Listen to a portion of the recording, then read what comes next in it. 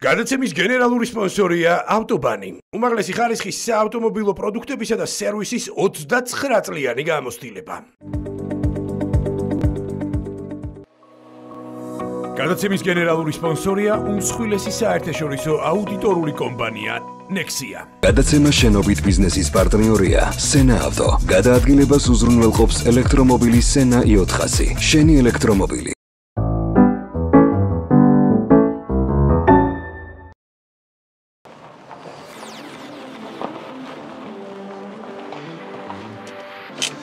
მოგესალმებით, ქალბატონებო და ბატონებო, ყოველკვირეული სატელევიზიო ბიზნეს ჟურნალი შენობით ბიზნესთან. მორიგი ძალიან მაგარი ეპიზოდი ჩაიწერება და ჩვენი მასპინძელი არის ბატონი იციქ მოშე. იციქ, დღემშვიდობის. გამარჯობა. შენი დროისთვის, მადლობა მასპინძლობისთვის. ძალიან მაგარი ადგილას მოვედით, რომელიც დარწმუნებული ვარ, ძალიან მაგარიერსახის უკვე რამდენიმე წელიწადში მიიღებს. როგორ ხარ პირველ რიგში, როგორ მიდის საქმე? კარგად, დიდი მადლობა. მინდა აღნიშნო, რომ ყოველთვის დროზე მოწესრიგებული, ჭკვიანი, ნიჭიერი და მჯერა რომ საინტერესოც იქნება. ემოციურიც. ემოციურიც დარწმუნებული ვარ ამაში. მადლობა შენ მასპინძლობისთვის და მოდი გადავინაცვლოთ უკვე ძირითად სივრცეში.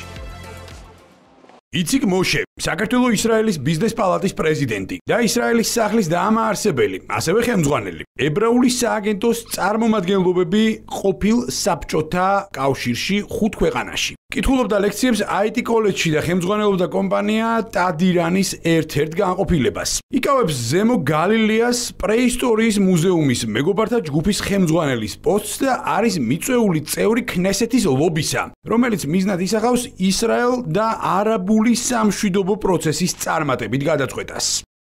მოგესალმებით კიდევ ერთხელ, ქალბატონებო და ბატონებო, ვიწყებთ ყოველკვირეული სატელევიზიო ბიზნეს ჟურნალის შენობით ბიზნესთან. მორიგი ძალიან საინტერესო, დროული და მნიშვნელოვანი ეპიზოდის ჩაწერას. ამოვედით მირზაშაფის ქუჩაზე. ძალიან მაგარი ობიექტის მშენებლობას ვადევნებთ თვალყურს ვესწრებით და ამ ობიექტზე ცოტა მოგვიანებით ვისაუბრებთ, რა თქმა უნდა, მაგრამ მანამდე მე მინდა კიდევ ერთხელ ჩვენს მრავალრიცხოვან აუდიტორიას და პუბლიკას წარუდგინო ბატონი იციქ მოშე, რომელიც დღევანდელი ჩვენი გადაცემის მასპინძელია, გადაცემის სტუმარი, მაგრამ ლოკაციაზე მასპინძელი. იციქ დღემშვიდობის, ძალიან დიდი მადლობა რომ მასპინძლობ და დიდი მადლობა შენი დროისთვის კიდევ ერთხელ. გამარჯობა. იმედია რომ გახსნის შემდეგაც გიმასპინძლებთ. დიდი სიამოვნებით გეწევით, დიდი სიამოვნებით და თან მით უმეტეს აქაურობაზეც ვილაპარაკებთ ძალიან ვრცლად, მაგრამ თემის აქტუალობიდან გამომდინარე უპირველეს ყოვლისა მინდა საუბარი დავიწყო იმ ასე ვთქვათ სიტუაციით, რაც დღეს არის რეგიონში შექმნილი და ეს სიტუაცია სხვათა შორის აჩენს ძალიან ბევრი მიმართულებით კითხვის ნიშნებს და ვიცით ახლა ძალიან კარგად მე ჩვენი საუბარი ყოველთვის გაიხსენე წლების წინაც ყოველთვის იყო ხოლმე რა თქმა უნდა სენტიმენტებით სავსე იმიტომ რომ სხვანაირად ახლა როცა ქართველ და ებრაელ ხალხთან თანამშრომლობ ურთიერთობაზე მრავალსაუკუნოვან ურთიერთობაზე მიდგება ხოლმე საუბარი ახლა ემოციების გარეშე საუბარი ცოტა რთულია მაგრამ ამავდროულად ემოციებს ყოველთვის ურთავდით ხოლმე ციფრებსაც და დღეს ისრაელი არის ჩვენი ერთ-ერთი მთავარი სავაჭრო და სტრატეგიული პარტნიორი. აქედან გამომდინარე, ძალიან ცდება ის, მე საუბარი მაქვს ჩვენი ქვეყნის მოქალაქეებზე, რომლებიც ფიქრობენ, რომ ეს დაძაბულობა, რომელიც დღეს არსებობს უშუალოდ ისრაელთან მიმართებაში, ხო? გავლენას არ მოახდენს საქართველოს. რა თქმა უნდა მოახდენს და რა თქმა უნდა მთელ რეგიონზე მოახდენს გავლენას. მოდი, ბოლო აპდეიტები გითხარი, ანუ რა ხდება, რა ინფორმაციას ფლობ და შესაბამისად მე უკვე ამ ყველაფრის კონვერტირება ვეცადოთ რომ გავაკეთოთ ბიზნესში და ციფრებში. აუცილებლად გადავალთ ბიზნესზე, გადავალთ როგორ მოქმედებს რეგიონზე, როგორ მოქმედებს ეკონომიკაზე, ეს ბუნებრივიც არის. ყველა ომი, რა თქმა უნდა, მოქმედებს ტურიზმზე, მოქმედებს ეკონომიკაზე, მაგრამ იმისათვის რომ ჩვენმა მსმენელმა კარგად გაიგოს სიტუაცია, მე მინდა რომ უფრო გავშალოთ და უფრო დიდი სურათი დავინახოთ. ეს არ არის ომი, რომელიც დაიწყო 1 წლის წინ ან 2 წლის წინ. ესე იგი 1979 წელს, როდესაც შეიცვალა ირანში მთავრობა, იმ დღიდან არის განაცხადი, რომ ჩვენ უნდა მოვსპოთ ისრაელი, ჩვენ უნდა მოვსპოთ სიონისტები. უნდა გავიგოთ, რომ ირანი არ არის მეზობელი. ირანს არ აქვს არანაირი დავა, არც ტერიტორიაზე, არც სხვა დავა. 2200 კილომეტრში. ესე იგი განაცხადი აქვს, რომ ისრაელი არ უნდა არსებობდეს. მის შემდეგ ცდილობს, რომ ბირთვული იარაღი განავითაროს და ყველანაირი სტატისტიკით, ყველანაირი კვლევით, რაც გააკეთეს, ესე იგი ურანიუმის გამდიდრება მიიღეს 60%. 60% ეს არ არის სამოქალაქო საკითხებისთვის, ხო? ამისთვის საჭირო არის 2-3%. ხო? 60% არის იმისათვის, რომ სულ ცოტა ხანში ექნებოდათ ბირთვული იარაღი და თუ ირანმა ამ ბოლო პერიოდში ისროლა 400 ბალისტიკური რაკეტა, ეს ნიშნავს, რომ ერთი რაკეტაც ოსპობდა 100,000-ობით ადამიანს. ამიტომ ის ადამიანები, რომლებიც ამას უყურებენ ცალფხრივად და ბოლომდე არიციან სურათი, ძალიან ძლიერი რომ გაანალიზონ, ხო? ესე იგი, ირანი ფაქტიურად არც პალესტინებზე არ ზრუნავს. ხა თუ ისრაელის მიმართ ისვრის ბირთვული იარაღით რაკეტას, ისე პალესტინელებიც მოისპობიან, არა მხოლოდ ისრაელი. რეგიონშიც იმოქმედებს ეს ყველაფერი, ამიტომ ჩვენ უნდა დავინახოთ მთელი სურათი. ესე იგი, მე ვარ იმერის შვილი, რომელიც ბოლო 2000 წელი ყოველ დილით იღვიძებს სოფლიოს სხვადასხვა კუთხეში და როდესაც ჩვენ გვესმის, რომ ან ანტისემიტური აქცია არის, ან დარბევა არის, ან ვიღაცას კლავენ, ამ დილით, ხო, გუშინ თითქმის ცეცხლი შეწყდა. ამ დილით ჩვენ გავიღვეძეთ იმ ინფორმაციით, რომ ღაზაში 7 ჯარისკაცი 20 წლის ბიჭები ააფეთქეს, ხო? ესე იგი, მე არ მინახავს არც ერთ ქვეყანაში რომელიმე პოსტი, რომელიც თქვა წერდა ანტისემიტურ პოსტებს, რომ მათთვის ეს იყო მნიშვნელოვანი, ხო? არ უთქვამთ, რომ რატომ მოკლეს, როდესაც ასეთი ცეცხლის შეწყვეტა იყო, თქვა რეგიონში. რატომ მოკლეს 6-7 ახალგაზრდა, ხო? თქვა მოვეშვათ ებრაელებს. 2 დღის წინ დამესკში მაია ელიასის ეკლესია არსებობს, ხო? კი ბატონო. ააფეთქეს 100 ქრისტიანი. 26 დაიღუპა. თქვენ ნახეთ რომელიმე ქვეყანაში რომ ამაზე გაიყო რაიმე გახმაურება, ესე იგი ადამიანების რეაქცია აქვთ მხოლოდ როდესაც ისრაელი არის ჩართული. არც მუსულმანები აინტერესებთ, არც ბავშვები აინტერესებთ, არც ქრისტიანები აინტერესებთ და ან რომელიმე ჰუმანური საკითხი აინტერესებთ. აი ადამიანები გამოხატავენ თავის საათს აღშფოთებას, რომელიც არის ბლეფი. მე არ მჯერა რომ იმ ადამიანებს აინტერესებთ რა ხდება ახლო აღმოსავლეთში, ის მათმა არც ისრაელი ციან სად არის, არც ღაზა სექტორი ციან სად არის და ჩვენ უნდა ვიცოდეთ რომ ბოლო 10 წელიწადში 500,000 ბავშვი და დიდი მოკლეს სირიაში. არც ერთ ქვეყანაში არანაირი მიტინგიც არ ყოფილა, ხო? ისე ვთქვათ, ეთიოპიაში მილიონზე მეტი ადამიანი მოკლეს, არასოდეს არ არის რეაქცია. რეაქცია არის, როდესაც ისრაელი მონაწილეობს და მეორე მხრივ, ისრაელი არის ქვეყანა, რომელიც ისტორიულად და რა თქმა უნდა, ქართველ ადამიანს შეუძლია ამაზე ყველაზე მეტად ეს აღიაროს, დააფასოს, ვინაიდან ჩვენ ვართ საუკუნეები ვართ მეგობრული და ძმური ერები, ეს აღიაროს, დააფასოს. ესე იგი, საუკუნეებად ხომ მოიტანა ეს მონოთეიზმი და ბოლო პერიოდშიც, ხო, ყველა გამოგონება. ის ადამიანები, რომლებიც კალკულატორით თუ კომპიუტერით წერენ პოსტებს, ეს ყველაფერი არის ებრაელების გამოგონება, ხო? ამიტომ ადამიანები უყურებენ ამ პოპულარულ საკითხს, როდესაც ისრაელი მონაწილეობს და ფაქტიურად მე მინდა კიდევ გითხრა, რომ არ ადადებთ არც ერთ საკითხი და მეორე მხრივ ამ გამარჯვებამ მართალი ირანს შეუძლია გააცხადოს, რომ გამარჯვება და საერთოდ რომ არ იყოს სხერპლი, საერთოდ მართლა ვიცინებდი, იმიტომ რომ ირანის გამარჯვების განცხადება ახსნა არის ასეთი, რომ ვინაიდან ბოლომდე ვერ მოგსპეს, ესე იგი გავიმარჯვეთ, ხო?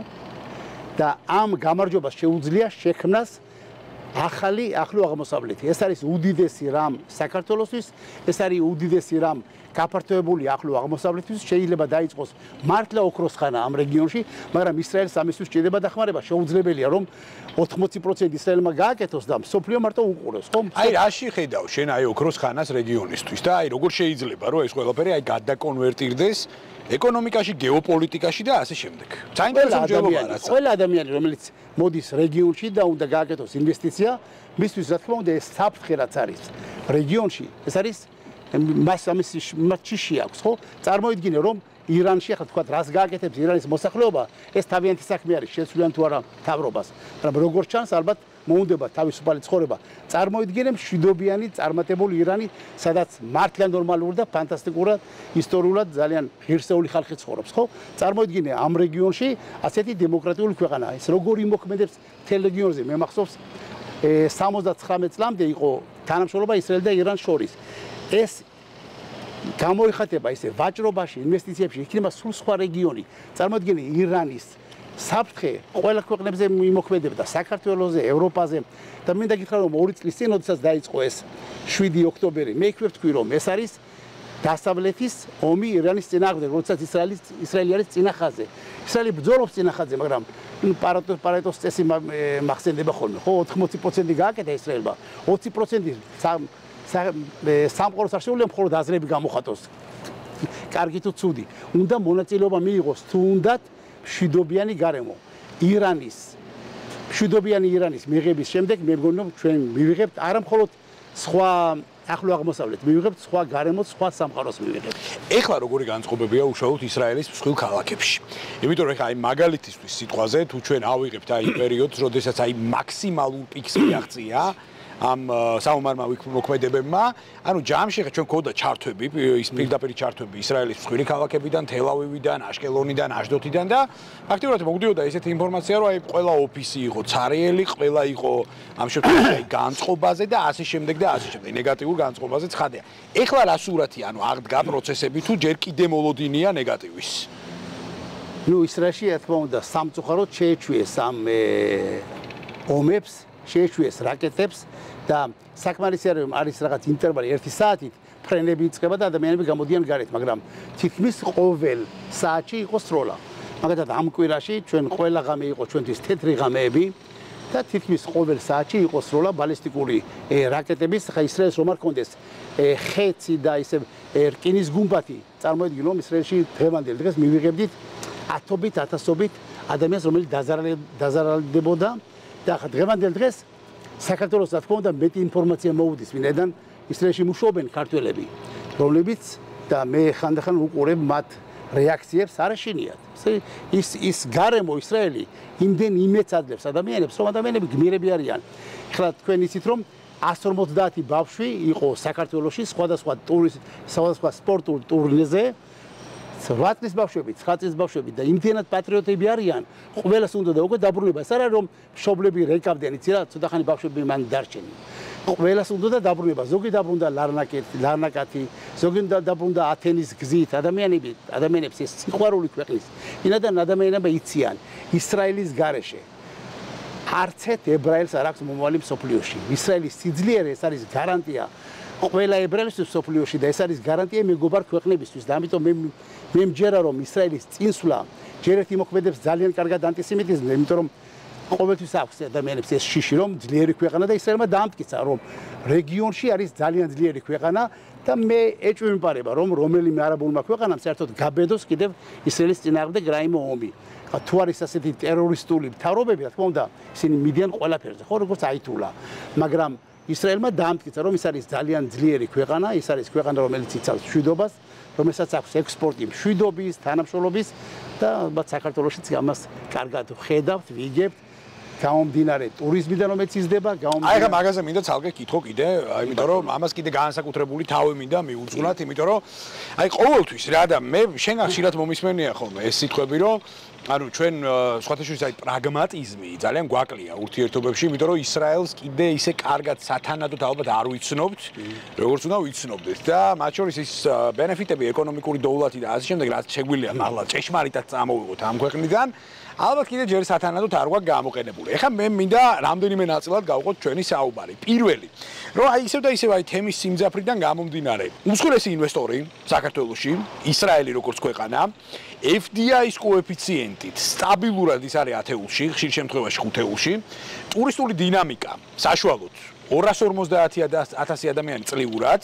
დღეს წავიკითხე სხვათა შორის შენი განცხადება, რომ გაორმაგებად შეიძლება ამ ყველაფრის. ვილაპარაკოთ ამაზე როგორ.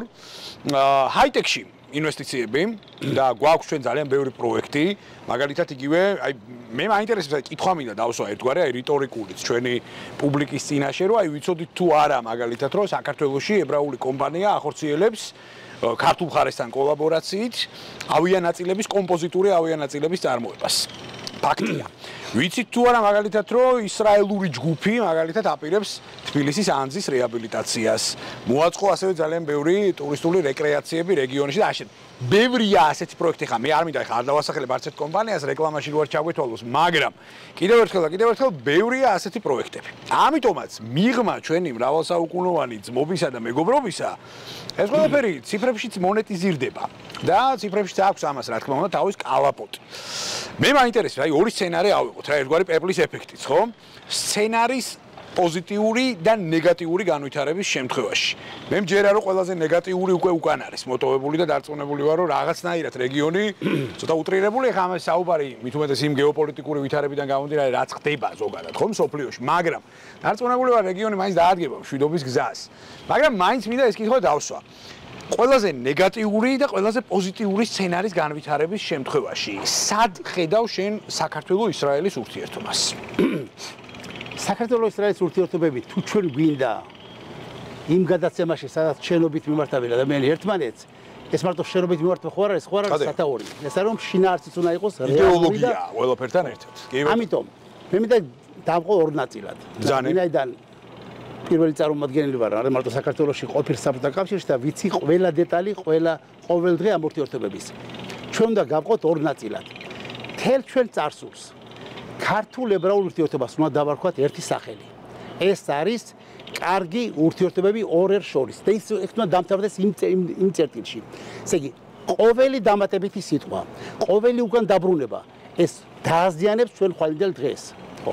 ესე იგი, ვინაიდან ეს არის უნიკალური შედარებით, მე მგონი შედარებით, ხო? იმიტომ რომ იდეალური არის მარტო წითელ ქუდას ზღაპრებში. შედარებით ეს არის ყველაზე კარგი ურთიერთობა ორ ერთ შორის საქართველოს-ისრაელის ურთიერთობები. ჩვენ ეს უნდა გამოვიყენოთ როგორც ენერგია, ენერგეტიკული მომავალი კავშირებისთვის. იმიტომ რომ მომავალი კავშირები არის დღეს და ხვალ. არანაირი უკან დახედვა, იმიტომ რომ ჩვენ თუ დავინახავთ ბოლო პოსტებს ომის დროს, რა თქმა უნდა, ყველა ქვეყანაში არის სხვადასხვა ფერის ადამიანები, ჭრელი ადამიანები, ყოველთვის ყოველი წასვლა უკან ჩვენ მიგვიყვანს ან ანტისემიტიზმთან, ან არანაირ წაგვართვებს ძალას მომავალზე, ხო? ამიტომ ჩვენ უნდა თქვა და ხაზი გავუსვათ, რომ ეს არის ორი ერი, რომელსაც აქვს გენიალური და ძალიან კარგი დადებითი კავშირები. ეხლა ვნახოთ რა ხდება ხვალ. იმისაც რომ ჩვენ შევხედოთ რა ხდება ხვალ, ამისათვის აუცილებლად უნდა დავინახოთ ისრაელის რეალობა. უნდა ვიცოდეთ ისრაელის ზომა, ხო? ხა თქვა შეუძლებელია ისრაელის შეხედო მხოლოდ ქართველ ებრაელების ჭრილში. მე არ ვაპარაკობ აქ მარტო ქართველ ებრაელებზე, ან რუს ებრაელებზე, ყველა ქვეყნისთვის ეს არის აქტუალური. სიტყვა ქართველ ებრაელი უნდა ამოიჭრას საქართველოს-ისრაელის ურთიერთობებიდან, ხო? თუ გინდა ლაპარაკი წარსულზე დახვიდე უკან, შეგიძლია ეს ყოველდღე ილაპარაკო. ქართველ ებრაელები თითქმის საქართველოში არ ცხოვრობენ. თითქმის დარჩა 1000 ადამიანი, უნდა ვთქვათ, რომ ეს არის გუშინდელი დღე, სადაც არის კარგი ურთიერთობები შედარებით. ხლა ვილაპარაკოთ ხვალინდელ დღეზე. ხვალინდელ დღეზე ჩვენ ხედავთ ისრაელს, უკვე დავინახეთ, ხო? ამას არ ჭირდება დიდი ცოდნა, ამას არ ჭირდება დიდი ჭკუა. ვხედავთ, რომ თქვენ წინაშე არის მეგობარი ქვეყანა, რომელიც არის ლიდერი მსოფლიოში. ეს არის ლიდერი ქვეყანა მსოფლიოში, რომელმაც დააჩოქა მსოფლიოში ყველაზე დიდი სატანა, ყველაზე საშინელი ქვეყანა, რომელსაც მუქარა ჰქონდა ამერიკის მიმართ და ევროპის მიმართ. ეს არის ისრაელის ქვეყანა. ეს არის თქვენი მეგობარი დღევანდელ დღეს. ამიტომ უნდა ვიცოდეთ უფრო მეტად ისრაელი, რა პოტენციალი არის ისრაელში.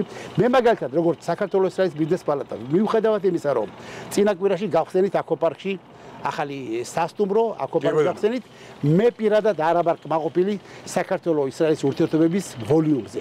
რა აკლია? აკლია რომ გაკეთებულია მხოლოდ 10%. ისრაელი არის უდიდესი გრანდიოზული პოტენციალი ისრაელში, რომელსაც შეუძლია საქართველოს მიიღოს ყველა სფეროში. მე კიდევ ვამბობ, რომ ისრაელი საკმარისი არის იმისათვის, რომ საქართველოს ყველა სფეროში მიიღოს თანამშრომლობა. იცი კი რას ვაკლებთ?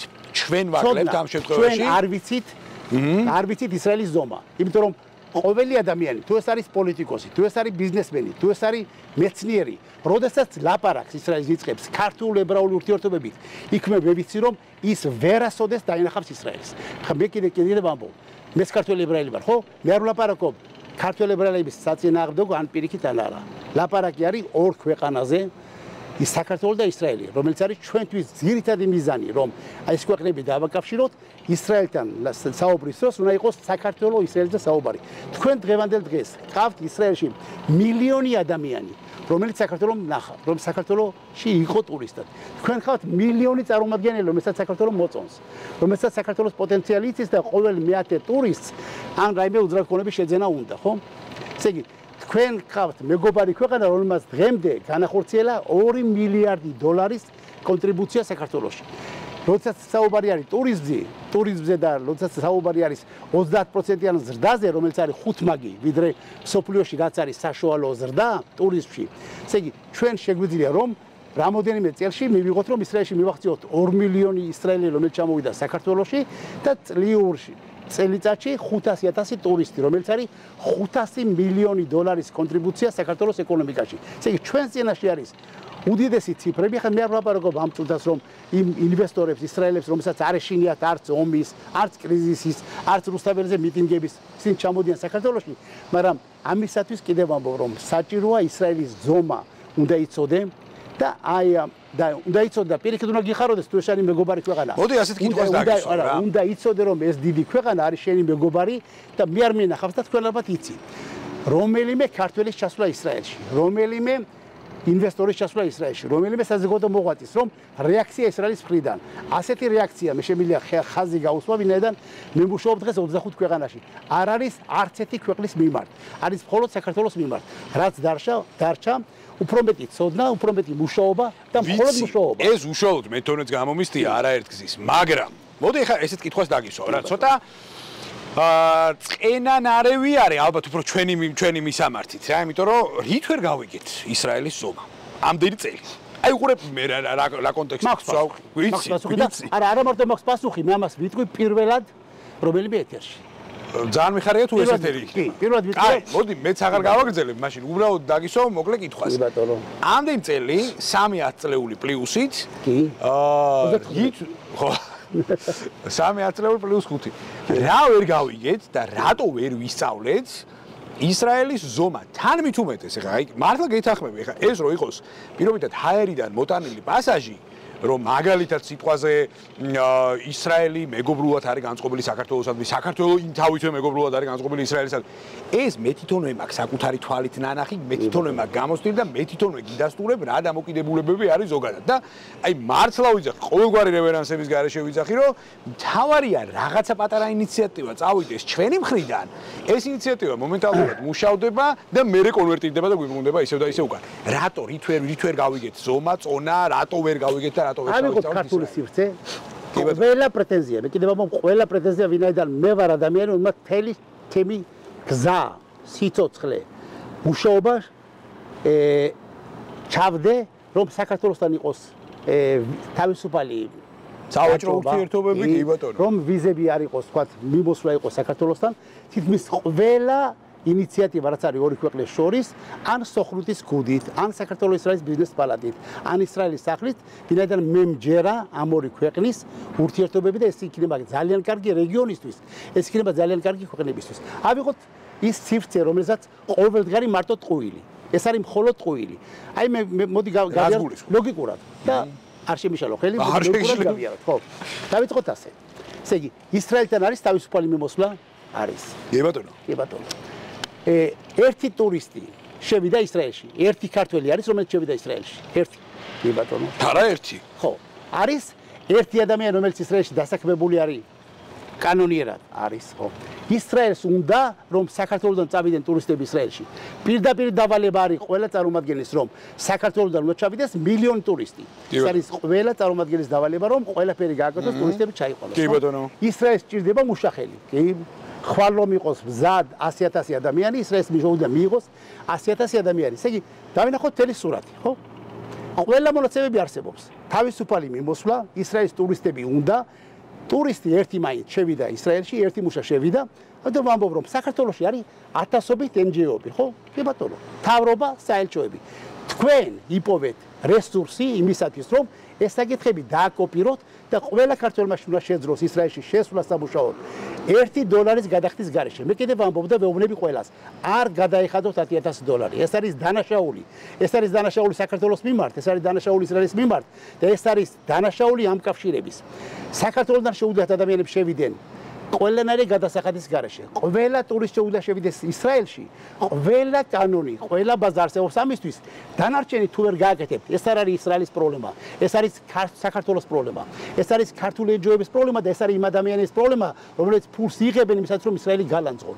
ყველაფერი არსებობს იმისათვის, რომ საქართველოს ისრაელის ურთიერთობები იყოს გამართული. ყველაფერი არსებობს იმისთვის, რომ ქართველი ბიზნესმენი დილით საუზმე მიირთვა საქართველოში, შუადღეს იყოს ისრაელში და საღამოში ხდეს ბიზნესმენს. ყველაფერი არის ამისთვის.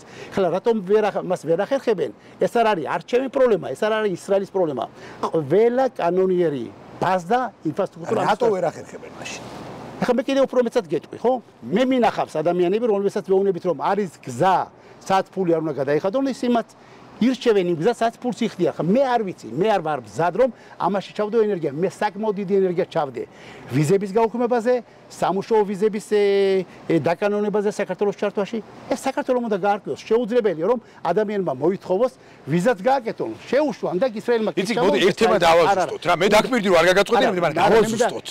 დავაზუსტოთ. აი ფულის გადახდაში რას გულისხმობ? იხდიან $15 შრომავლებში. თქონდა იმ ადამიანს აქვს შეგრძნება რომ ეს ფული წაიღო ისრაელის ქვეყანამ, საკმარისია რომ ის ვინაიდან უკანონოდ ჩავიდა, იმას აბრუნებენ უკან, ის ხდება იმ დღესვე ანტისემიტი. არა მარტო ანტისემიტი ხდება, რომ მე წამიგითხავ ისეთი პოსტები, რომ 1939 წლის გერმანია შეშურდება. ეს არის ფაშისტური პოსტები. ამიტომ მე ვამბობ, რომ ისრაელმა ყველა პირობა შექმნა იმისათვის, რომ ქართველი ტურისტი შევიდეს ყველანაირი ტესტების გარეშე, ქართველი ადამიანი შევიდეს სამუშაოდ და იყოს ღირსეული და ჩამოვიდეს ყოველ 3 თვეში თუ 6 თვეში საქართველოში, ამიტომ ქართულმა მხარემ თუ ეს ადარდებს, ახლა თუ ეს არ ადარდებს, მე არ მინდა რომ ეს მარტო გამოიხადოს ანტიისრაელურ პოსტებში.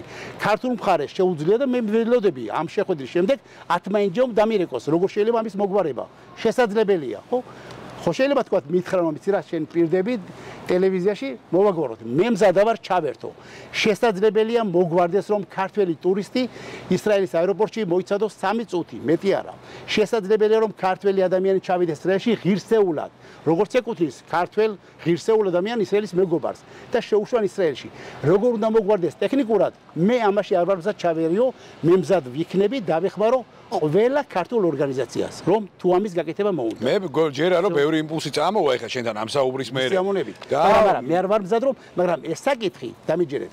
მოქმედებს ტურისტზე და კიდევ კარგი ისრაელი ტურისტებმა ქართული არიციან, ხო? მოქმედებს და სამწუხაროდ იმოქმედებს. ამიტომ სწრაფად მოვაგვაროთ პირველ რიგში ქართველებისთვის და მეორე რიგში ამ კავშირებისთვის. აი, მოდი ერთი მინდა რომ ამ კავშირებს ყივა და ყველას გვაწევს. ამ კავშირებს არ უნდა შეეხოს ესე იგი რაღაც ორგანიზაციების რომ თავი რო ვერ მოაბეს და რესურსი რო ვერ იმიპოვეს. გადაცემის გენერალური სპონსორია ავტობანი. უმაღლესი ხარისხის საავტომობილო პროდუქტებისა და სერვისის 29 წლიანი გამოცდილება. გადაცემის გენერალური სპონსორია უმსხვილესი საერთაშორისო აუდიტორული კომპანია Nexia. გადაცემა შენობით ბიზნესის პარტნიორია Sena Auto. გადაადგილებას უზრუნველყოფს ელექტრომობილი Sena i400. შენი ელექტრომობილი. გადაცემის გენერალური სპონსორია ავტობანი. უმაღლესი ხარისხის საავტომობილო პროდუქტებისა და სერვისის 29 წლიანი გამოცდილება. გადაცემის გენერალური სპონსორია უმსხვილესი საერთაშორისო აუდიტორული კომპანია Nexia. გადაცემა შენობით ბიზნესის პარტნიორია Sena Auto. გადაადგილებას უზრუნველყოფს ელექტრომობილი Sena i400. შენი ელექტრომობილი. აი, მოდი ერთ კითხვას დაგისვავ. ანუ მესმის რასაც ამბობ, მაგრამ თუ პრობლემა რჩება პრობლემად. და არ მოგვარდა რა. თუ არსებობენ მესამე პირები, ასე ვთქვათ, მოდი ასე მოვიხსენებ. მესამე პირები ორ ქვეყანას შორის, ანუ დიპლომატიური კორპუსები ხო არსებობს, საელჩოები მადლობა ღმერთს ხო არსებობს, მაგრამ ამავდროულად არსებობს შენი თქმით მესამე პირი, რომელიც კონკრეტული კომერციული გარიგების საფუძველზე ახდენის ამ შემთხვევაში ერთიანი სურათის დევალვირებას. მაშინ კითხვა მაქვს. სამთავრობო შორისი ურთიერთობები რას აკეთებს ასეთ დროს და აი უყურე რის თქმამი და ცოტა გასაბრაზებელიც არის ეგ რა, იმიტომ რომ ეხლა მე მესმის შენი სიცხარეც აბსოლუტურად. თუ პრეცედენტები, თუ მოცემულობები და ხელგაშლილობა გვაქვს და გვაქვს, ფაქტია თქო, ანუ ამას არ ვსაუბრობ რაღაც კითხვის ფორმაში ან რევერანსების ფორმაში, გვაქვს. და მაინც ამ შემთხვევაში რაღაცა გაუგებრობები მაინც არსებობს შენივე თქმიდან გამომდინარე და ამას ფაქტებიც მეტყველებენ, ხო?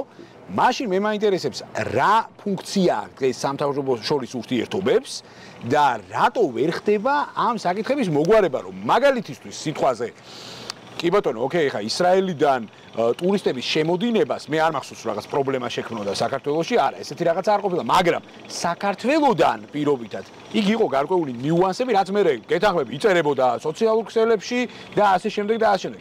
ძალიან მიხარია ჩვენი ეს საუბარი, იმიტომ რომ რაღაცნაირად ვცდილობთ რომ დავარქვათ ყველაფერს თავის სახელით. არა, კიდევ ერთი ტურისტი შედის ისრაელში. ერთიც მეტი შედის. არა, შევიდნენ სხვების იმ გზით. მაშინ ის შეისწავლეთ, რატომ შევიდა. რატო არ მოგვარდა მაშინ ეს? ესე იგი მოდი ერთი რამ თქვა რომ როდესაც მე ვლაპარაკობ საქართველოს ისრაელის ურთიერთობებზე და ისრაელის ზომბის დანახვა და ისრაელთან რა შეიძლება გავაკეთოთ, ესე იგი ხა თქვენ გიდა თქვათ რომ ისრაელი ამ ომების დროს, როდესაც სოფლიოში სხვადასხვა პერიოდში წარმოედგინეთ და ცოტა ისტორიაში შევალ. 2700 წლის წინ ბაბილონმა ისრაელს გაუქმება უნდოდა.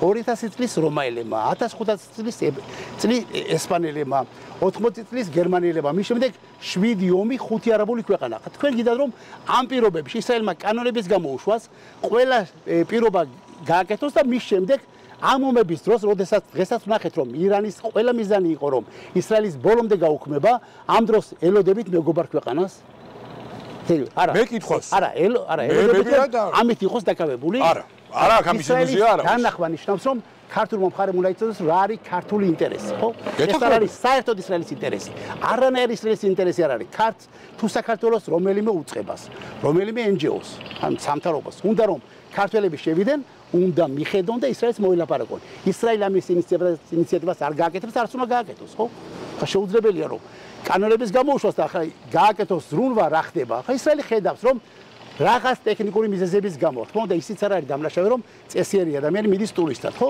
ხედავს რომ ის მან კანონი დაარღვია ხო ხა რა თქვენ იცით რომ რამდენი ებრაელი არის საქართველოს ციხეებში რამდენი არიან ვინ დააშავებს ვინც კანონს არღვევს საქართველოში არ უშვებს ციხეში და თქვენ გინახავთ რომელიმე პოსტი ისრაელის ქვეყანაში ან გამოსვლა ან გაზეთი ამბობს რომ რატომ მეგობარ ქვეყანაში შედიან ციხეში არც ერთი არ იყო დღემდე ვინმე ვინც კანონს არღვევს მიდის ციხეში ამას არანაირი ის არ ჭირდება რომ სათაურები მეგობარ ქვეყანაში რატო შედიან ციხეში ამიტომ მთელი ეს სივრცეში ამ სივრცეში რაც არის თუ ადამიანი მოვა და იცი რა მე ვეცადე შეხვენი ორგანიზაცია შეხვენი NGO მაინც ვერ მოგვარდა სხვა საკითხია იმის გამო რომ ყველა შანსი პოულობს რომ ანტიისრაელური სტატია გააკეთოს ალბათ იმ დროსაც იციან რომ ის ანტიისრაელია და იმიტომ არ უშვებენ ისრაელის ქვეყანაში ისრაელის ქვეყანაში მე კიდევ ვამბობ რომ თუ მოუნდება ქართულ მხარეს რა მეთოდით უნდა იმუშაოს რომ ყველა ტურისტი შევიდეს მარტივად ისრაელში ტურისტად ხო ხა შეუძლებელია ტურისტად შეხვიდე და სამუშაოდ წახვიდე სამუშაოსთვის არის სხვა მეთოდები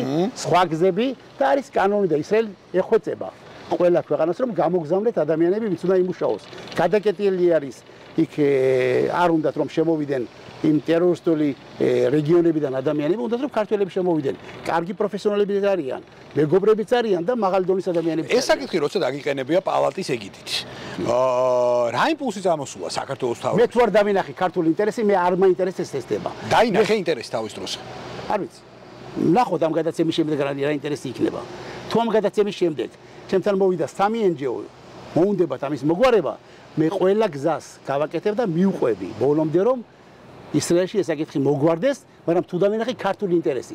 ხა, როდესაც საქართველოს არის ისრაელთან როგორ დაიმუშაოს და აი ამ საკითხში საქართველოს უყურებს, რომ ეს არის ისრაელის ინტერესი, აქ მთავრდება ურთიერთობების განვითარების ყველანაირი ფაზა. ეს არის. ამიტომ მე როდესაც ვამბობ რომ ისრაელის ცოდნა ეს არის რომ როგორ უნდა გააკეთო, რა უნდა გააკეთო, რომ ისრაელიდან უფრო მეტი მიიღო. მე მაგალითად, ვინაიდან მუშაობდი ძალიან ბევრ ქვეყნებში რეგიონში, მე არ ვარ ძალიან გახარებული რომ სხვადასხვა ქვეყნებს უფრო მეტი კავშირები აქვთ ისრაელთან, ხო? ვიდრე საქართველოს. ვიდრე საქართველოს. და საქართველოს რა თქმა უნდა, ბევრად უფრო მეგობრულია, ბევრად უფრო პროისრაელული ქვეყანა არის, მიუხედავად იმისა, რომ შეიძლება რამოდენიმე პროცენტი იყოს ანტიისრაელური და მოდი თქვათ რომ არიციან ისრაელი და ამიტომ ამას წერენ, მაგრამ მე კიდევ ვამბობ, შეიძლება მოგვარდეს თუ მხარეებს ეცოდინებათ ვისი ინტერესი არის. ხლა იმის გამო რო თქვა რომ იცი რა აქ 1000 წლის წინ ვიღაც ებრაელი იყო კარგად ამისათვის ნეთანიაჰუმ ყოველდღე უნდა გააკეთოს და გაარკვიოს რატომ არ შემოვიდა ტურისტი ისრაელში კი ბატონო მას შეგიძლია იფიქრო და საქართველოს ყოველდღე დაკარგავს ისრაელიდან დოვლაც ხა ხო ხედავ თუ ერთი კომპანია შემოვიდა როგორც ვინც ხიდი გააკეთა შეიძლება ასეთი იყოს 100 ისრაელიდან გადის 10 მილიარდი დოლარი ჩვენ უნდა გავაკეთოთ ერთად რომ ძირითადად თანხები შემოვიდეს საქართველოს. საქართველოს კარგი ქვეყანაც არის, პოტენციალიც არის, მაგრამ უნდა ვიმუშაოთ ორმხრივად, ხო? ტანგოს აქვს ორი მხარე. შეუძლებელია მარტო ერთი მხარე მიზრუნოს, ხო? არის ყველაფერი არსებობს. საელჩოები, მთავრობები, სურვილები, კარგი განწყობა, საჭირო არის მუშაობა. ძალიან მაგარი რაღაცას ამბობ ხა და მე დარწმუნებული ვარ რომ აი ამ ჩვენი საუბრის მერე კონკრეტული იმპულსები იქნება აუცილებლად და მე ერთად შევისწავლოთ ეს იმპულსების და ასე შემდეგ. მაგრამ მე მაინც ვრჩები იმ აზრზე რომ თუმცა გეთახმები აბსოლუტურად რა აქცენტებიც ახლა დასვი. მე მაინც ვრჩები იმ აზრზე რომ იმისთვის რომ კარგად შეიცნო ქვეყანა ამის აუცილებელი არის რომ კიდევ ერთხელ მოუყვეთ ის მოზაიკა, საინვესტიციო მოზაიკა, რაც არსებობს ორ ქვეყანას შორის. აი ხა მოდი ტურიზმით დავიწყოთ. კიდევ ერთხელ სტატისტიკაა, ეს არ არის ახალი ამბავი. საშუალოდ წლიურად ისრაელიდან საქართველოში 250,000 მოქალაქე შემოდის. 300 მეტი იქნება წელს. 300 მეტი, ხო? მით უკეთესი. ეს ერთი, მეორე, უძრავ ქონებაზე მოთხოვნა ისრაელიდან საქართველოში იზრდება საუბარი მაქვს სულ ქალაქებზე. ეს არის დედაქალაქი თბილისი, ეს არის ბათუმი. და კიდევ პლუს ამას რამდენიმე სხვა ქალაქი, სადაც ასევე შეინიშნება ისრაელიდან უძრავ ქონებაში ინვესტირების კომპონენტები. ეს მესამე, ჰაი-ტექი. სტარტაპები, სტარტაპ ეკოსისტემა და ასე შემდეგ. ასევე საკმაოდ დიდია ისრაელიდან კონტრიბუცია ამ მიმართულებით და ეს არ არის მარტო, არაფერს არ ვერჩი ცხადია სტარტაპებს, მაგრამ ეს არ არის მარტო მაღალრისკიანი პორტფელები. ეს არის მათ შორის ჰაი-ტექ მიმართულება, ეწეგან რო ახსენე, მაგალითად კომპოზიტური ავიანაწილების წარმოება საქართველოში. ესეც ჰაი-ტექში გაგვყავს და ეს ასეც არის, რა თქმა უნდა. ტურიზმი ასევე საკმაოდ დიდია ისრაელიდან კონტრიბუცია ტურიზმის მიმართულებით, აგროსექტორი, რომელი ენერგეტიკა თუნდაც, ხო? ძალიან დიდია ამ მიმართულებებით პირდაპირი კონტრიბუციები. მე მინდა აი საბოლოო შენ ახსენე და გეთახმები აბსოლუტურად, რომ ბოლო წლების განმავლობაში 2 მილიარდი ამერიკული დოლარის FDI არის განხორციელებული უშუალოდ საქართველოში. აი კონკრეტულად ამ მიმართულებებში, რაც მე ახლა დავასახელე კლეფსითაც. ჯამში, მოდი აი კიდევ ერთხელ გავყვეთ ამ თემას. პირველი, რა პერსპექტივები და შანსები გვაქვს, რომ 9 მილიონამდე ავიყვანოთ ტურისტების შემოდინება საქართველოში. მეორე, გავზარდოთ კონტრიბუციები ჩემს მიერ ჩამოთვლილ თითოეულ დარგში და სექტორში და აი ის დინამიკა და სტატისტიკა, რაც უკვე დაიწერა, ხო და ფაქტია, ეს მარტო ჩემ მოგონილი ციფრები არ არის, ჰაერიდან მოტანილი სტატისტიკა არ არის, ეს არის ფაქტები, ხო? კიდევ ერთხელ, რა გვაქვს გასაკეთებელი იმისთვის, რომ ისრაელიდან მათ შორის FDI-ის კოეფიციენტი და მათ შორის იგივე ადამიანური რესურსის ნაწილის შემოდინება მაქსიმალურად დავასტიმულიროთ. დავიწყოთ სოფლის მეურნეობიდან. ყველაზე მარტივი არის. ესე იგი ისრაელი ყიდულობდა თურქეთიდან 10 მილიარდი დოლარის პროდუქციას. კი ბატონო. ეს არის ვინაიდან საშუალო ფენა არის განვითარებული, ბაზარი ძალიან დიდი არის, ხო? აი მაგათაც შეგიძლიათ იფიქროთ, რომ ალბათ ისრაელში ნახეთ სასტუმროში, რომ რძის ნაწარმი, იოგურტი, ხაჭო არის ასობით სახეობით. ერთ-ერთი სახეობა, რომელიც არის ხაჭო 5% ისრაელში იყიდება 300 მილიონი დოლარის. იმდენად ბაზარი დიდი არის. კი ბატონო. ხო. ხა როდესაც თურქეთთან ისრაელს ურთიერთობა ჩავარდა, პრინციპულად თურქეთიდან თქმა უნდა ბუნებრივია რომ არ უნდათ რომ იმპორტი გააკეთონ, ამ დროს საქართველოს ხონდა იცოდეს რომ შეუძლია თურქეთი შეცვალოს ძალიან ბევრ საკითხში. გვაქვს ამის რესურსი მე? ასეთი ლამაზი ქვეყანა მგონი სოფლიოში არ არის. და ასეთი ნოყირი. აი ხო ვიცით იცი რომ არა გვაქვს ამის რესურსი ახლა რომ თუნდაც ის ვაკუუმი საქართველოში არ არის აუცილებელი მე არ ვლაპარაკობ 10 მილიარდზე, მაგრამ რაღაც მიზანი რო იყოს რომ კვარტალში 100 მილიონი დოლარი. ჩვენ თუ რა ვართ იმპორტ დამოკიდებული ქვეყანა? მარტივია. მაშინ როგორ გინდა სოფლის მეურნეობა განავითარო?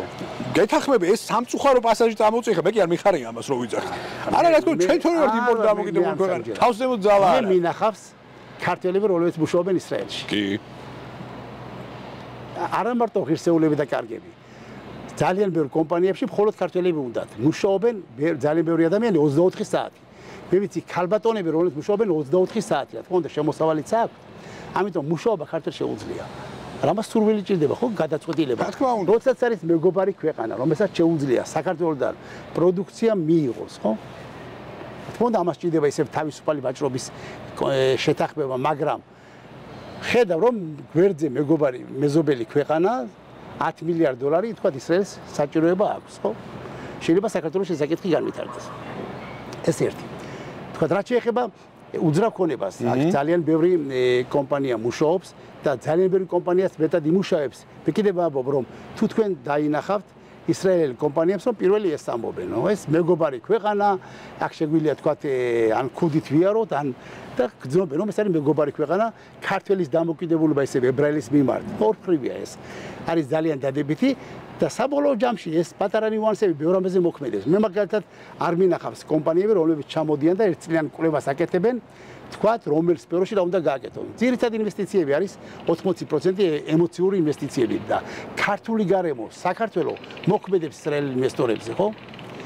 ჰაი-ტექის სფეროში, რა თქმა უნდა, შეიძლება განვითარება, შეიძლება ორხრივი მუშაობა და ისევ ისრაელის მოდელი იმისათვის რომ საქართველოში განვითარდეს ჰაი-ტექი, ხო? ეს არის გენიალური მეთოდი, რომელიც გადმოტანა შეიძლება ისე ვენჩერ კაპიტალებით, თარობამ პირველ ეტაპზე ჩადო ფული და განავითარა კომპანიები, ხო თქვათ, ეს რომ საქართველოში ამის ნიჭი არ არის, ვერ მეტყვი. საქართველოში არის ამის ნიჭი და მე კიდევ ვამბობ, რომ შეიძლება აქ პირველი სტარტაპი ისეთი, რომელიც გაიყიდოს $1 მილიარდ, შეიძლება მოხდეს რომელიმე სოფელში.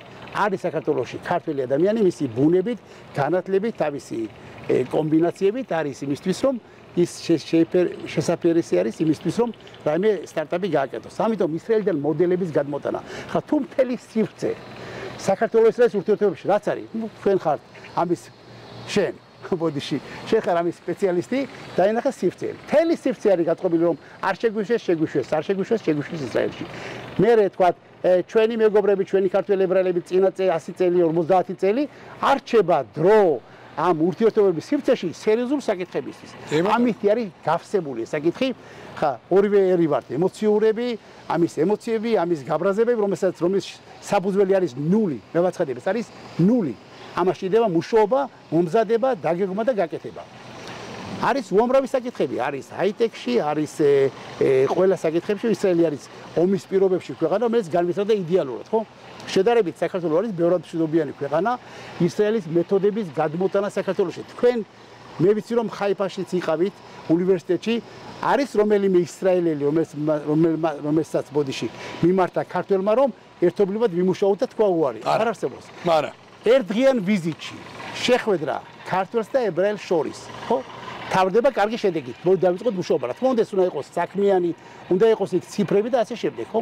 ამიტომ მე ვამბობ, რომ მთელი ენერგია თუ ჩაიდება საქართველოს-ისრაელის ურთიერთობებზე, სადაც ისრაელმაც უნდა იცოდეს საქართველოს, საქართველოს უნდა იცოდეს ისრაელი. ახლა მე მსგავს ინტერვიუში ისრაელში ვამბობ, რომ ისრაელს ვადანაშაულებ, რომ საქართველოს მეტად უნდა იცოდეს, ვინაიდან ჩვენთვის მიზანი არის. ეს არის მიზანი საქართველოს-ისრაელის ძლიერი კავშირი. ამიტომ მე საქართველოში შენთან ვლაპარაკობ საქართველოს მინუსებზე, ისრაელში ვლაპარაკობ ისრაელის მინუსებზე. ნუ შემდეგში მაშინ შენთან ამერიკული მასმედია საშუალებით მოვალ და იქნება ნეიტრალური პოზიცია მოვისმინოთ. იცი ძალიან დიდი მადლობა რა. თუმცა ხუმრობით რა თქმა უნდა, იმიტომ რომ ნეიტრალურია და ძალიან ობიექტური არის შენი მოსაზრებები ყოველთვის და ძალიან საინტერესოს და ემოციურის და მადლობა რა ამისთვის, რომ აი ყოველთვის ასეთი საუბრები გამოგვდის ხოლმე. გინდა პრივატულად და გინდა პირდაპირ ეთერებში. მე არ შემიძლია დღევანდელი საუბარი დასასრულისკენ წავიყვანო, რო არ ვისაუბროთ აქაურობაზე. სხვათა შორის ძალიან მოუხდა ბიზნეს გადაცემას, აი ეს გარემო. ყველანაირი სტანდარტის დაცვით ვართ, ხალბატონებო და ბატონებო. შენებარეობი ექცევი მყოფებით და შესაბამისად შეჭერებულია, ხო? მეც რა მაინტერესებს, აი შეჭერებულია ქუდის გარე შეიძლება საუბარი. ხო, რა თქმა უნდა, ეხა ამ წამს არ მიმდინარეობს სამშენებლო პროცესები და მაგით თორემ მშენებლობა არ არის შეჭერებული, რა თქმა უნდა, ამ წამს არ მიმდინარეობს და მაგიტომაც ვართ ასე ვაღაც. კიდევ ერთ ძალიან კარგ ლუსტრაციაში ვართ ეხლა და მაგალითია ებრაული ინვესტიციის, ისრაელური ინვესტიციის და მოდი აქაურობაზე გითხარი. ძალიან მოუხდა სხვათა შორის ბიზნეს გადაცემას აი ეს გარემო, აი ეს ჩაფხუტი და ეს ხმაც, რომელიც შემოდის. კარგია ეგ. სამეწარმეო სულისკვეთებაზე მიანიშნებს ძველ თბილისში არსებული ლოკაცია. სად ვართ ეხლა და რა იქნება აქ? ესე იგი, ჩვენ ვართ თბილისის ისტორიულ ადგილზე და მე მინდა გითხრათ, რომ ნუ გავბედე, რომ ამ ადგილზე ჩემ მეგობრებთან ერთად გავაკეთე ინიციატივა და ვაშენებთ 5+2 სასტუმროს, რომელიც იქნება registry collection. ვინაიდან ამ ადგილზე ვინც აშენებს, იმას თბილისი უნდა უყვარდეს. თორემ ეს არ არის არც დიღომი, არც მე არ მინდა შეურაცხყოფა მევაყენო რომელიმე უბანს, მაგრამ აქ უნდა დაიცვა ყველა პირობა. მაგალითად, ამ შენობაში ჩვენ ყველა აგური, რომელიც ვიპოვეთ, ძველი, დავნობრეთ და გადმოვიტანეთ ფასადზე. ყოველი სურათი, ყოველი ნაწილი, რაც ვიპოვეთ შენობის დროს, ძეგლთა დაცვასთან შეთანხმებით, თქვა ეს ჩაერთვა ამ შენობაში. ეს არის ეს იქნება სასტუმრო, სადაც იქნება ქართული არქიტექტურა და შერწყმული იქნება მაღალი დონის არქიტექტურა. მუშაობენ ამ საკითხზე ქართველი და უცხოელი სოფლიოში წამყვანი დიზაინერები, არქიტექტორები. თავარი არქიტექტორი არის ქართველი, რომელიც იყო თავარი არქიტექტორი ქალაქში, ლევან მინაშვილი. ვინაიდან ამ ადგილს ჭირდება, უნდა იცოდეს ადგილი. პროექტი უნდა იყოს ჩართული ისევ ამ ძველ თბილისში, იგივე ჭრილები, აქ ყველა შენობა არის გამეორებითი, იგივე არქიტექტურა, იგივე სახურავები, ყველა დაცვით გავაკეთეთ. ჩვენ განვავითარეთ ეს პროექტი და ჩვენ გვჯერა რომ ჩვენ საქართველოს და თბილისს და ყველა ტურისტს შევთავაზებთ ადგილს, სადაც როდესაც ჩემოვა ამ ოთახში ის იგრძნობს თბილისს. ეს იგრძნობს ამასთან ერთად ძალიან მაღალ დონეს, რომელიც ძალიან ბევრ ადგილზე არ არის, იმიტომ რომ ძალიან ბევრი კარგი სასტუმრო არის თბილისში, საქართველოში, სადაც მსგავსი არის ლონდონში, პარიზში, თურქეთში, მაგრამ ასეთი არ იქნება არსად. ამიტომაც ვინდამის ბრენდმა, სადაც არის 10000 სასტუმრო, მისი უნიკალური ბრენდი, რომელიც არის თითქმის 7 ვარსკვლავიანი, მოგვანიჭა ჩვენ და ესე იგი ზედამხედველობა, ძეგლთა დაცვა, არქიტექტორები ვინდამიდან, ამერიკელები ყველა აქ არის თითქმის ყოველ კვირაში, იმისაც რომ ყველა დეტალი გაიარონ, ყველა დეტალი დაიცვან. მე ვარ ბედნიერი ვინაიდან რა თქმა უნდა ძალიან ბუნებრივია და გასაგებია. პატარა ქვეყანაში თუ მუშაობ, ის ქვეყანა უნდა გიყვარდეს. და შეგიძლია იმუშაო დიდ ქვეყანაში, და მარტო ციფრებს უყურებდე. პატარა ქვეყანა სხვა ემოცია ჭირდება, ესე ადამიანი ვერ იმუშავებს ისრაელში, თუ ისრაელი არ უყვარს, ხო? ამიტომ ბუნებრივი არის, გასაგებია. მიუხედავად იმისა, რომ 25 ქვეყანაში დღეს მუშაობ ისრაელის სახლის სახელით, მაინც ძირითადი ცენტრი აქ არის და აქ ჩვენ გადავწყვიტეთ ორი სასტუმროს შემდეგ ჩვენ უკვე ავაშენეთ ერთი სასტუმრო, ეს არის ვინდამ გრანდ თბილისი, რომელიც იყო ადრეს რიქსოსი და ესე ბუტიკ სასტუმრო თბილისში, ორივე არის მაღალი დონის, მაგრამ ეს იქნება სხვა დონეს, სხვა შინაარსის და სხვა სიმაღლის. მე მჯერა რომ ქართველს, უცხოელს ეს ადგილი მოეწონება.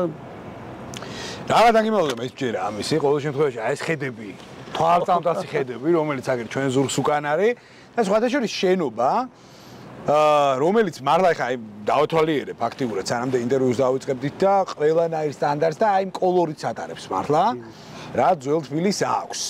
იცი მე მინდა პირადად შენ გისურვო ძალიან ბევრი წარმატება.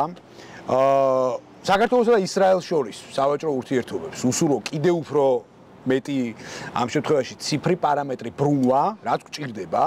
მოდი ხა ესე ვთქვათ, რა სიმართლე ვთქვათ, ჩვენ უფრო გჭირდება პრინციპში ვიდრე ისრაელს, იმიტომ რომ ისრაელი დღეს ახლო აღმოსავლეთში არის ერთ-ერთი მოწინავე ეკონომიკა, თავისი მთლიანი შიდა პროდუქტით და ყველაფრით ერთად. და შესაბამისად, რა ვიცი, გამოვიყენოთ ეს ყველაფერი რა, ძალიან მარტივია და რეცეპტი ყოველ შემთხვევაში ჩვენ თვალწინ დევს. თავარი ხელი მოვკიდოთ ამას და ნება იყოს ამისი თავიდან ბოლომდე. მადლობა შენ, ყოველთვის ძალიან მაგარი საუბრები გამოდის ხოლმე ჩვენ შორის და გამონაკლისი არც ეს ინტერვიუ აღმოჩნდა. დავალოდოთ უკვე კონკრეტულად ფიდბექებს, რომელიც წამოვა ამ ინტერვიუს შემდეგ და დიდი მადლობა კიდევ ერთხელ. საინტერესო საუბრისთვის.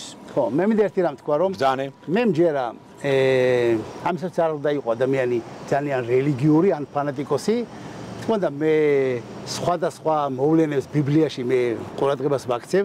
ბიბლიაში არის ასეთი რამ, არის ციკლი სინუსოიდა, 7 წელი ცუდი და 7 წელი კარგი, ხო? თუ ჩვენ ავიღებთ 2019 წლიდან, როდესაც დაიწყო კორონა, მის შემდეგ კრიზისები, კორონა, ომები, სხვადასხვა ჩავარდნები მსოფლიოში არის და ეს მთავრდება ამ წლის ბოლოს. მე მჯერა რომ ეს ცუდი 7 წელი ამ წლის ბოლომდე უნდა დასრულდეს. და 2026 წლიდან მე მჯერა რომ იქნება აღმავლობა, რომ ეს ციკლი ბრუნდება, ისტორია თავის ყოველთვის ბრუნდება თავის თავზე და ჩვენ არა მარტო ამას ველოდებით, ჩვენ აქტიურად ველოდებით. ჩვენ ვამზადებთ დიდ ბიზნეს ფორუმს, სადაც მოვიწვევთ 100 ახალი ინვესტორს საქართველოში. ჩვენ ამას ვამზადებთ დღეიდან, ეს არის იწყება იმით, რომ ისრაელში პრესაში მუშაობთ ყველა ინვესტორთან პირდაპირ და ჩვენ ვადარებთ, რომ ვამბობთ, რომ ჩამოდით საქართველოში, ეს არის შედარებით ყველაზე მეგობრული ქვეყანა, აქ არის უდიდესი პოტენციალი და ჩვენ ვამზადებთ დიდი ბიზნეს ფორუმს იმისათვის, რომ 2026 წლიდან დაიწყოს აღმავლობა საქართველოს-ისრაელის ურთიერთობებში და საერთოდ ზოგადად ეკონომიკაში, მსოფლიოში. ასეთ ოპტიმისტურ ნოტაზე, მადლობა კიდევ ერთხელ შენ. გაცემა შენობით ბიზნესთან კი მორიგ შაბათამდე, მორიგ ძალიან საინტერესო ეპიზოდამდე გემშვიდობებათ. დროებით.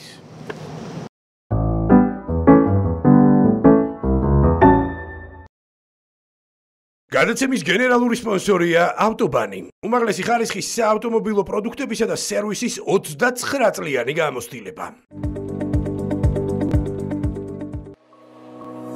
გადაცემის გენერალური სპონსორია უმსხვილესი საერთაშორისო აუდიტორული კომპანია Nexia. გადაცემა შენობით ბიზნესის პარტნიორია Sena Auto. გადაადგილებას უზრუნველყოფს ელექტრომობილი Sena i400. შენი ელექტრომობილი